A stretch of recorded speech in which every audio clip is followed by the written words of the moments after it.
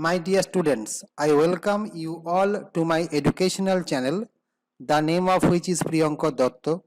In this educational channel, you will find video presentation on English language and literature of school level, college level, and competitive examinations.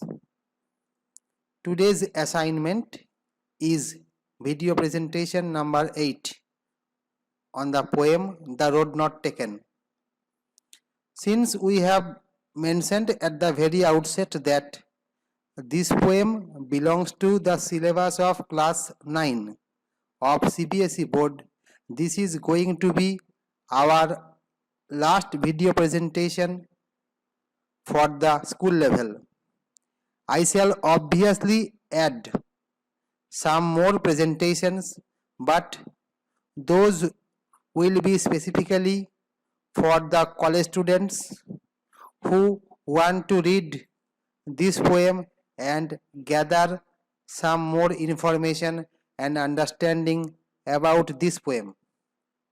However, the topics to be covered in today's video presentation are value-based question and its answer, and textbook exercises and their answers from the poem The Road Not Taken.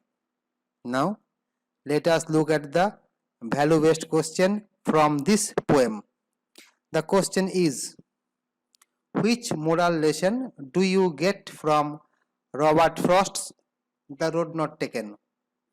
The answer is the poem The Road Not Taken by Robert Frost teaches us an important lesson on the proper way of leading a life.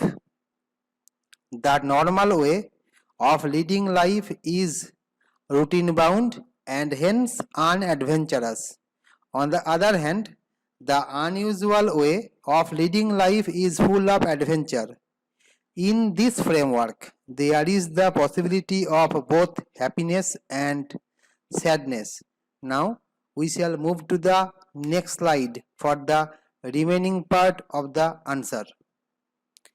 Hence, the normal way of leading life, though apparently stale, is the more acceptable one.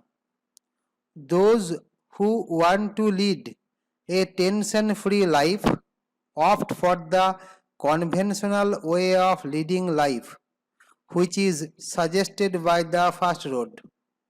On the other hand, those who want to enjoy life, even at the cost of risk, opt for the unconventional way of leading life, which is suggested by the second road. After all, it all depends upon the temperament of that person who is making the choice. You may add this sentence towards the concluding part of your answer, if you obviously want so. Now, this poem belongs to the book Beehive, which I have already mentioned belongs to class 9 of CBSE board, and this poem is in the syllabus of class 9 in the academic year 2020. So, at the end of the poem, as we find in the book Beehive, there are several questions. So, we are discussing about those questions. The first question, where does the traveler find himself? The second question, what problem does he face? The answer is, the traveler finds himself in a yellow wood. Now, let us move to the next slide for the remaining part of the answer, which will obviously be the answer of the second question. The answer is, he finds that the wood has become divided into two roads, and so in order to proceed further, he has to choose one of these roads. He does not know where the roads will take him to, so he cannot decide as to which road to choose and which one not to choose. This is the problem which he faces. Now, let us move to the next question. The question is, discuss what these phrases mean to you. There are 5 phrases. The first phrase is a yellow wood. The second phrase is it was grassy and wanted where. The third phrase is the passing there. The fourth phrase is leaves no step had trodden black. And the fifth and final phrase is how way leads on to way. Now, if we want to explain the first phrase, what shall we write? We shall write that the phrase a yellow wood refers to a forest in autumn. In this time, the leaves of trees become yellow and fall down in great numbers. These leaves, according to the poet, you must make the necessary correction here, have covered up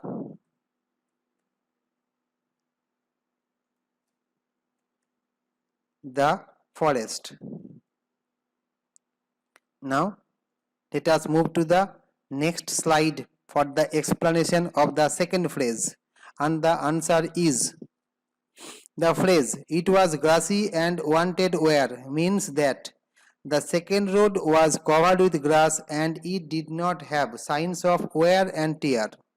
It is evident that this road has not been used as many times as a road is supposed to be. In this slide, you will also find the explanation of the third phrase. So, if you try to explain this phrase, your answer should be like this. The phrase, within quotation, the passing there, means the movement of people on the road. Now, we have come to the next slide for the clarification of the 2 remaining phrases. The fourth phrase, we are going to explain it in this way. The phrase leaves no step had trodden, you must make the necessary correction here again. Black means that since nobody has walked on the leaves, these leaves have remained undamaged and maintained their yellow color. Now, if you want to explain the fifth phrase, your answer should be like this.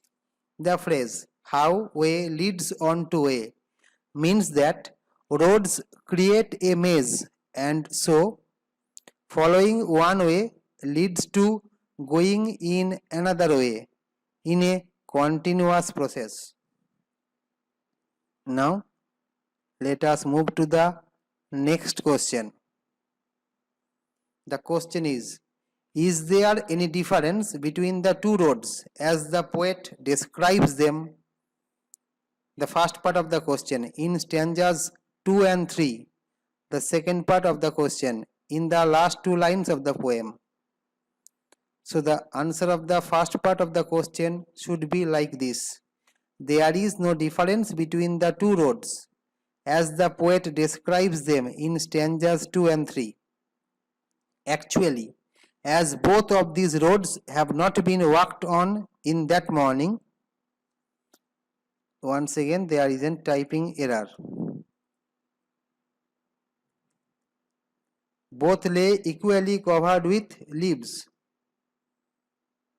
This similarity, however, cannot dismiss the fact that the second road is covered with grass and lacks signs of wear and tear. Now,